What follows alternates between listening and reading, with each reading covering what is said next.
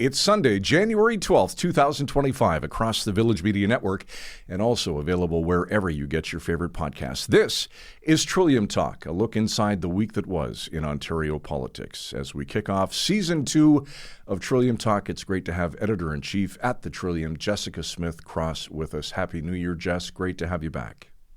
Happy New Year, Scott. Always good to talk to you. Well, what a week it was in politics, starting, of course, last Monday with the Prime Minister announcing his resignation, President-elect Donald Trump insisting we should be the 51st state, which was then followed by Doug Ford going on the offensive. For a political reporter, what a dream week.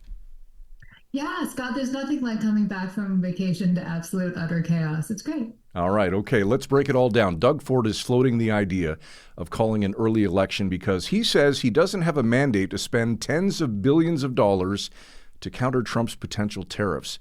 Isn't his current majority government well equipped enough to counter these tariffs, or is this his way of justifying an early election? Yeah, so it's interesting.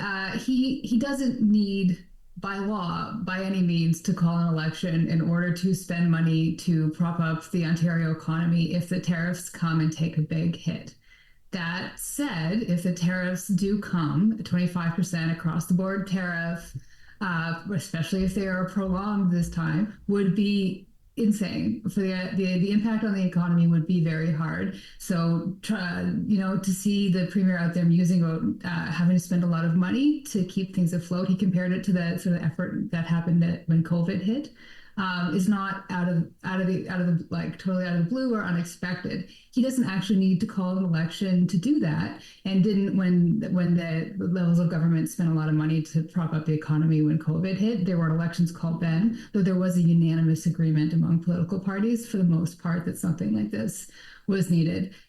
We have known for a while that the premier's interested in calling an early election. He's polling very high right now, and he thinks he can probably win it if they go soon. This does seem like he's latching on to a very good sounding reason or excuse, depending on how you see these things.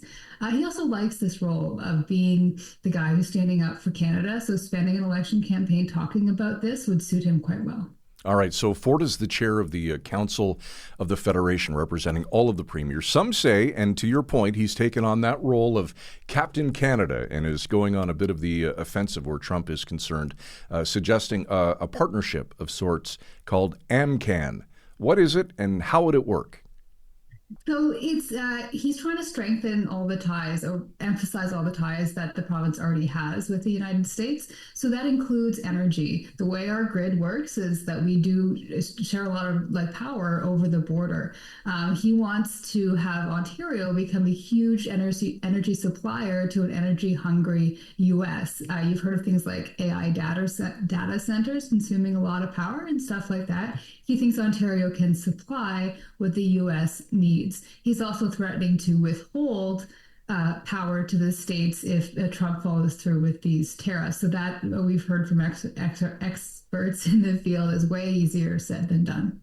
All right, so it's no secret that the threat of tariffs from the U.S.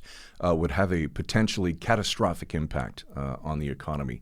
Just how bad could it be? I listened to some of the five big banks. Their chief economists gave a talk this week, and they were asked that. And one of the answers that was given was anybody who thinks they can give you a number, they can't give you a good one. They don't know, because the impact would be so different across many different sectors.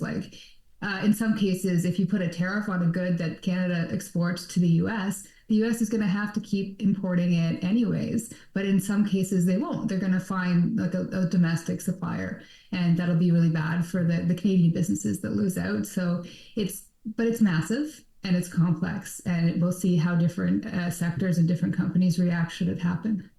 All right, finally, the Association of Municipalities of Ontario released some new stats on homelessness. And frankly, the numbers are staggering, rising 25% in just 2 years, and in Northern Ontario, a surge of over 200% since 2016. The province is being called upon to step in and act. What can you tell us about that?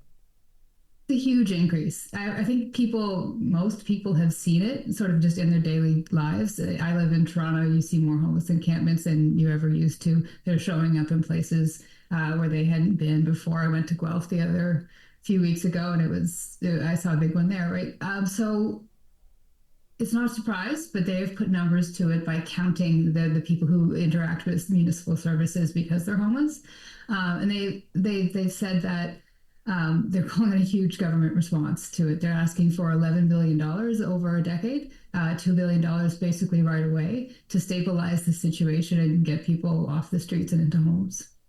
Editor-in-Chief at the Trillium, Jessica Smith-Cross, joining us on Trillium Talk this week. For the most comprehensive coverage of Ontario politics, become a Trillium insider today at thetrillium.ca.